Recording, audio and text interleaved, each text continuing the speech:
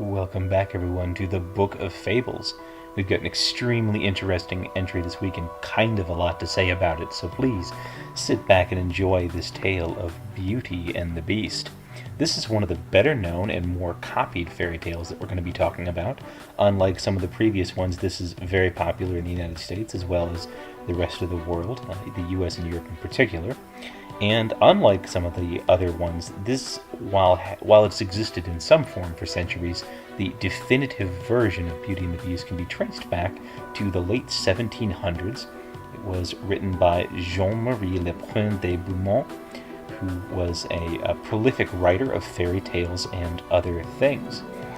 We're going to have a lot to say about it, so I'm going to tell the story as it was written by her, however in a fairly truncated form.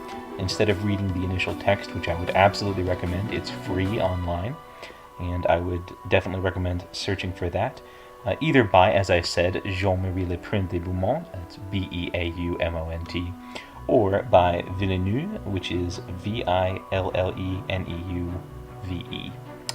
Either one of those are excellent versions. However, let's get into the meat of it so we can get it out of the way and talk about interpretation. Okay. It goes thusly. There is a wealthy merchant who lives in a mansion with his 3 daughters. He is a very successful and wealthy man. His daughters are very pretty. The 2 oldest ones are called Pretty, and the youngest is called Little Beauty.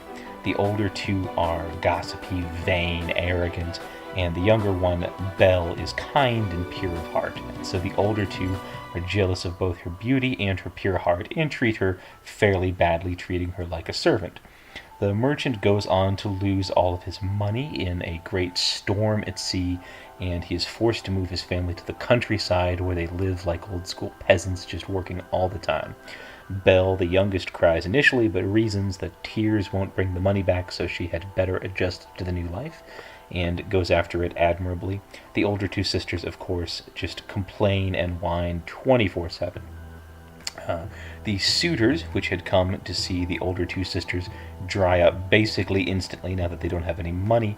However, the ones who had come to see Belle recognized her inner worth and continue to visit her, furthering the jealousy of the older 2 sisters. This goes on for a number of years until the merchant is informed that one of the ships in his trade caravan was blown way off course but has returned, and he's got a lot of dang money waiting for him. He promises that he's going to go to the big city and give all of his daughters a gift when he gets back. He asks them what they want. The older 2, of course, ask for things like jewels and dresses and things like that. But the youngest, Belle, says she only wants a rose. So he goes to the port, he sees his ship, he's getting all of his goods, but unfortunately, he's racked up a tremendous amount of debt over the years for a lot of his misplaced assets, and all the money from this thing goes to pay for the debts, so he has nothing. And he's disappointed, he's heading home, he's dispirited, and he's lost in a sudden storm that comes up, stumbles into the forest, and he finds this mansion sort of in the middle of nowhere. A hidden figure opens the door and silently guides him in. He finds tables with food and drink, which were left for him. He accepts the gift, makes conversation with the shadowy figure, spends the night there, and is about to leave in the morning when he finds a rose garden, and reasoning that he can at least please one of his daughters, picks a rose and is about to head out when the shadowy figure suddenly leaps out. It's a horrible animal, beast of some kind, and says that the merchant has really abused his hospitality, which he gave freely. The roses were in fact his most prized possession, and so now the merchant must die. He gives him like a half an hour to say his prayers before he will be killed. The merchant says, please let me go. I've got daughters. I've just got this rose for the youngest of them. And the beast says, oh, you've got daughters. All right, well, you can go free. But if one of your daughters doesn't come and take your place in a month's time, you must come back and then die at that point. The merchant has no intention of giving any of his daughters, but he figures, hey, he gets to see them one last time before he dies, so he goes home, tells the whole story, and rather predictably, the youngest daughter says, I will go and take your place, Father. I will prove my love to you. The oldest 2 think this is hilarious, and the merchant is distraught, but can't prevent her from leaving, so she goes and meets the beast, recognizing in him immediately characteristics like kindness and civility and gentlemanliness, which she also displayed. And the beast is very glad to have her there. They have good conversations. The castle is magic, and there are a large number of servants, so she doesn't lack for anything. She has a lot of dresses. She has all the food and all of everything that she could want. However, the beast wishes to marry her, and unable to lie as she is, because she's so good, pure of heart and good, she just says no, and continually says no, although she feels bad for him, and is growing to see more and more good qualities in him as time goes on. So this proceeds for a while, and eventually she requests permission to go home and visit with her family a bit, and it hurts the beast to have her away. However, he says that she can go, however she must stay only a week and come back immediately after the week is done. He gives her a mirror, which lets her see what's going on at the castle, and he gives her a magic ring, which when turned 3 times means she will instantly appear back at the castle. So she's a little conflicted. She likes the beast a lot, but leaves to go and see her family. It's worth noting that this whole time she's been having dreams every night of a handsome prince who is asking her why he has been rejecting her and won't marry her. But, very nice lady, probably not necessarily the sharpest knife in the drawer. She has not put together that the handsome prince at night asking why she is refusing his request for marriage has anything to do with the beast during the day, who is continually asking for her hand in marriage. Anyway, home she goes, and she discovers that her 2 older sisters are married off. One of them is in fact married to a rich man who has 0 interest in her. He was very handsome as well, and is so enamored with himself that he spends no time on his wife, so that's an unhappy, loveless marriage. The second sister married a man for his brains, for his wit, but he only uses his wit to make people feel small and insignificant, in particular his wife, so she also kind of has a crap marriage. And so when she comes home, the 2 sisters see that she has all these dresses, that she has a nice person to talk to, and that he cares for her. Even if they aren't married, they're tremendously jealous. And so they conspire to keep her there a little bit longer than a week so that she will break her promise, and they reason the beast may snap and eat her because he is a horrific beast, whatever he might seem like on the inside. And so they do things like cut an onion in half and stick it near their eyes so it looks like they're crying, trying to convince her to stay a little bit longer. And the merchant, of course, is very grateful to have her home, and so he is genuinely crying, and the whole family being like this convinces her to stay just a little bit longer. And she begins to feel guilty, however, the very night after she was supposed to go back. So she looks in the mirror and sees the beast is dying in the rose garden, and feeling an immense amount of pity, she turns the ring 3 times, pops back to the castle, assures the beast that, dying though he is, she loves him and she will gladly consent to marry him, at which point he is restored, turned into a handsome prince, the one from her dreams, of course. And he relates the whole story that long ago a fairy turned him into a hideous monster after he refused to let her in from the rain, and that he was cursed to become a beast until such time as he should find true love despite his ugliness. And that time could the curse be broken. So then he and Belle are married. They live happily on ever after. That's close to the old tale that I'm sure you all have heard. And again, this has been remade a good number of times. The Phantom of the Opera, for instance, is a obvious parallel to this, wherein someone who is ugly outside but kind on the inside prevails on a beautiful woman and eventually ends up with them. And there, not to mention the numerous retellings in film and television. So this came, as I said, in a French fairy tale, at least this version of it was. It was penned in 1756.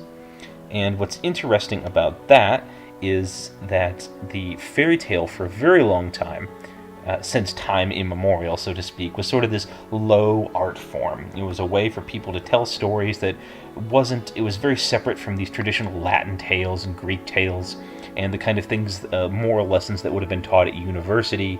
And it was as I say, a low art, the kind of thing that people would tell in the fields and sermons and inns and pubs. It was a people's kind of art. And this was prior to about the 1690s. And at some point, it's hard to say exactly when, the fairy tale then started to gain prominence. And some people think that this was in the French salon in a big contributing factor to it. So that is a gathering of aristocratic people in a home for the purpose of entertainment or education, and people would show their wit and their brilliance through different kinds of conversational styles or games. And it was very popular among women in the 17th and 18th centuries because they couldn't get a university education. And so going to the salon, practicing your storytelling, practicing your rhetoric, was a way to develop the intellect, achieve independence, gain some intellectual respect. And so these tales, which were sort of told after dinner, weren't seen as threatening or too manly because, again, they were just fairy tales, just the sort of things that people would tell. And so they were allowed to flourish and sort of take on their own life. By the 1690s, these were acceptable enough that people began writing them down and publishing them. And what's interesting to me is, because they started sort of as common tales and then developed among women in particular among this time who were barred from universities and from developing these structured intellectual lives, they really took on sort of these subversive elements into them and would mock sort of these male rational precepts in the male-dominated patriarchal society. So you really get this neat alternative view of how society was working and how things were going. And it's got this utopian vision achieved through sort of alternative means. And so you started off with the salon fairy tale, as I said, that ran its course. They would develop these rules that went into telling fairy tales, and I will certainly talk about that in another update, because the Beauty and the Beast was not part of the salon fairy tale period. That was the 1690s to the early 1700s, 1704, something like that. After the game of it sort of wore thin, people began to look farther abroad for fairy tales. So the next phase is called the Oriental Fairy Tales, 1704, 1720. They drew a lot of the 1001 Arabian Nights, Middle Eastern and Far East literature. The initial fairy tale thing was in the courts of Louis XIV, and so a lot of things focused on economic issues and economic conditions, because he was really driving the country into the ground with his excessive spending. And so fairy tales were sort of an outlet for people talking about economic woes. And then so that was moved away from by the time of the Oriental fairy tale. And then finally, 1720 to the late 1700s, 1790 or so, was the comic and conventional fairy tale. And so that's when the genre has become institutionalized in French culture, where there's sort of this serious, at this point, cultivation of various themes for all ages. And so you've got this real, this fairy tale was written in the third phase, and it's then influenced by all of the previous phases. There's this subversive economic part to the story. There is all the forms that it sort of follows, and which again I'll go into in another book of Fables. And then there's the conventions that it draws from.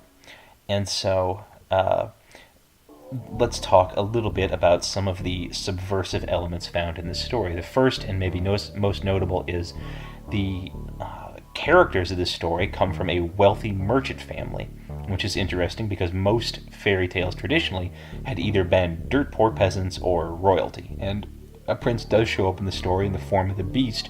However, he was someone that has been cursed and forced to live in this bad existence. And so the heroes of this story were this very successful merchant family who were brought low by a sudden economic catastrophe. And there's a historical reading of this that sort of imagines that saying they lost all of their goods in a tempest at sea is sort of a sly way of talking about through the terrible economic policies of Louis XIV was this family brought low. And so then he had to live in a small cottage far away.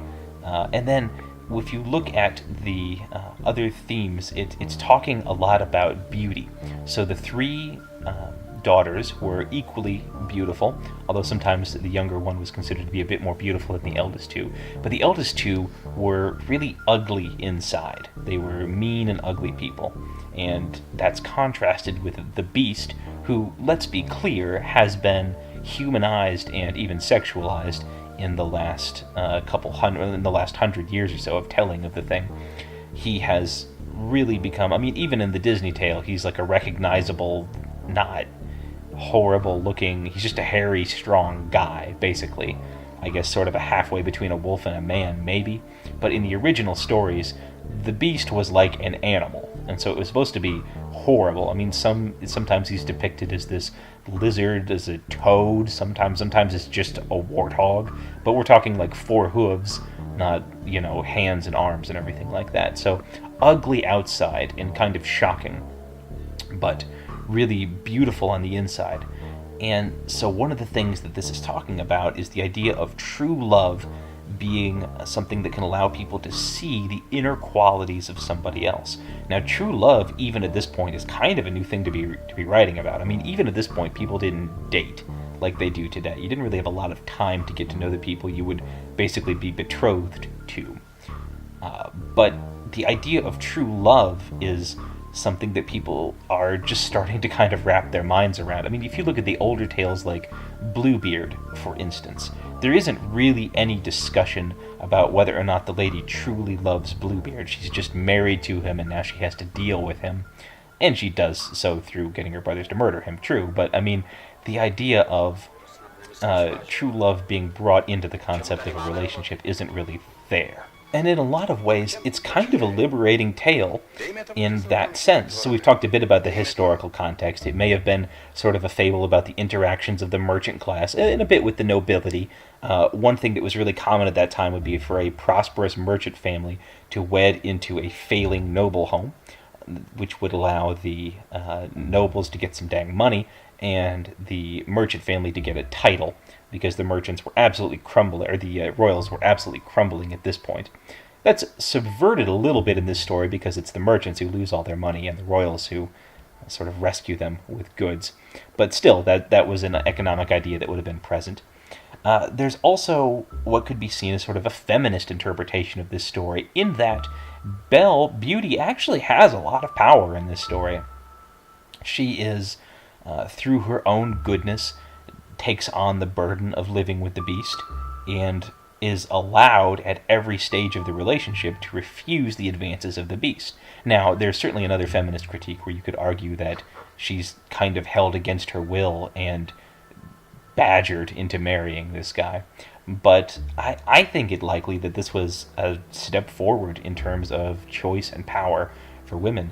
That, she was the one who was deciding when the relationship was going to happen, and through her goodness and through her purity managed to save both Beast and her father, whereas the badness of her sisters would put an extra burden on her father and would have doomed both of them. And in fact, a lot of the exhortation of this tale, the moral of it, was to make sure that you're marrying for things other than good looks or wit or wealth. Make sure that you're actually marrying for the inner qualities of a person, which is really a fairly subversive message, and I think one that comes through, you could imagine it not being written by a patriarchal land and title and honor-based system, but rather through people who are looking at actual relationships and people actually getting along, which is just really fairly revolutionary for the time. And I think that really resonates with people today, which allows this story to continue on and be fairly popular.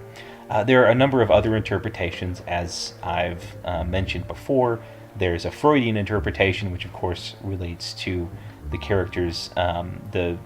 Everyone represents some sort of sexuality in a way, and so leaving her father's household and entering into the house of the Beast, for Belle, is the maturing of a young woman seeking to replace her father, who has failed her in some way, with a suitable replacement. It's the opposite of the Oedipus complex. It's the Electra complex. The Beast is a stand-in for the father, and his beastliness represents her horror at the desire to sleep with her father. But then he eventually proves himself to be a good match for her, and so that allows her to enter into his household and to consummate the relationship there. There's a Jungian interpretation, which relies on the fact that all of the characters are really just aspects of one person's personality.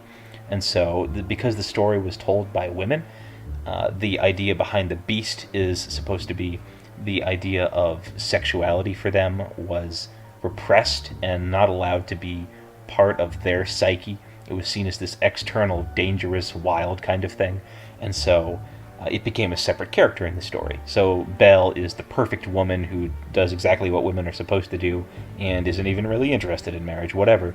And then it's the beast who is pursuing it. And so the reconciliation of beauty to beast is the reading of that is a person coming to terms with their own mind and reconciling all the different parts of their psyche to become a complete whole.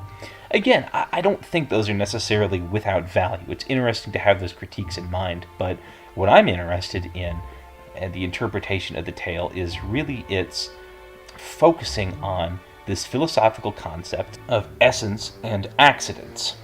It's a interesting division. It was something which was talked a lot about by Aristotle and then was continued on in Western philosophy between different qualities of things. And I think it's a really interesting distinction.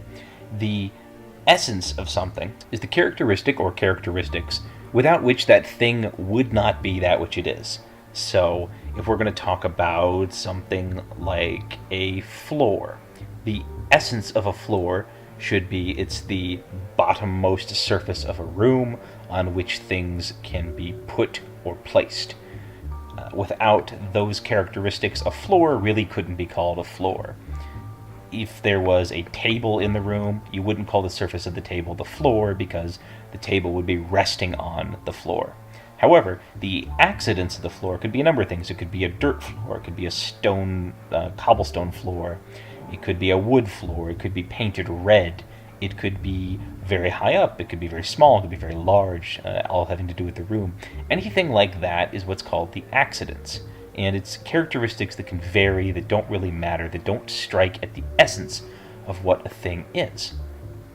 And this concept has been used by a lot of people to mean different things throughout history. One in particular that I find interesting is when people are talking about transubstantiation. That's something which is believed in the Catholic Church, as well as a variety of other Christian sects, having to do with the Eucharist, and that is consuming a wafer or a piece of bread and some wine or grape juice, and it's said to be done in commemoration of Christ. At the Last Supper, he took bread and broke it and said, "This is my body, eat it in remembrance of me." He took some wine and said, "This is my blood, drink it in remembrance of me." And some Christian groups see this as a metaphor or symbol, so we are to eat bread and drink wine in remembrance. However, some other Christian groups think of this as being a mystic act in which the bread and the wine, when people eat them in particular situations, when they're given by particular people, who are usually members of the church or something like that, they actually become the body and blood of Jesus when they're eaten, and that's called transubstantiation. Now, one obvious objection is you can say, well, they still taste like bread, and they taste like bread and wine or grape juice or whatever to me, so I don't think they've changed. And the way people would get around that would say, it's the accidents is the same as it always was. The accidents is this looks like bread and it tastes like bread, and this looks like wine and it tastes like wine. It has the same taste and consistency, but the incidence of them has changed. The essence of them has changed. Incidence and essence are sort of interchangeable terms. The essence of them has changed. And in essence, this is now the body and blood of Christ. But in accidents, it's still what it used to be. It's an interesting concept to wrap your head around. And something kind of like that is at play in this story when we talk about beauty. Not the character, but the concept of beauty. The question posed by this story is, does beauty actually tell us anything? Does beauty contribute anything moral? Does it mean anything? Because what people love is beauty. And so what the story is trying to do is to try to make this very thin divide between the accidents of beauty and the essence of beauty. And what it gets to is that it's the beast who is a kind person and who shares things and takes pity on people and gives them chances and makes allowances for them, who truly shows beauty. And the older sisters, who look fair on the outside but on the inside are very ugly, they are accidentally beauty. Their accidents is beauty, but the essence of them is not. And so it's really kind of an advanced concept, and I think this kind of gets to what I was talking about earlier, where women could really hone their intellect and tell these very interesting stories without a university education, just through these old folk tales. I think it's probably likely that some form of this existed before the story of Beauty and the Beast in its modern form was around, but it probably didn't have this depth to it and didn't have this examination, the particular twists that the story does to really hold under the microscope the idea of beauty in all of its forms. What about someone who looks good but is a jerk? What about someone who has this monstrous form but is very human on the inside? Which of those is truly essential to beauty, and which of them is accidental? And so in the end, the sisters are trapped in loveless marriages, and Belle and the Beast are reconciled. And indeed, in the end, we see the beastly nature transformed into beauty. And so it's accepted at this point that beauty is what we desire and what we want and what we go after, but actually finding it can be a little bit more tricky than just judging someone by their outward appearances, which, again, for the time it was written, is a fairly forward-looking fable to tell. So anyway, that was a whole little chock full of information about Beauty and the Beast. We can see that their marriage has continued in the Wolf Among Us, and is still going strong after all these centuries. So hopefully it doesn't enter too much rocky territory, and I very much look forward to exploring the next fable or fairy tale with you guys. And to do that, I will see you next time.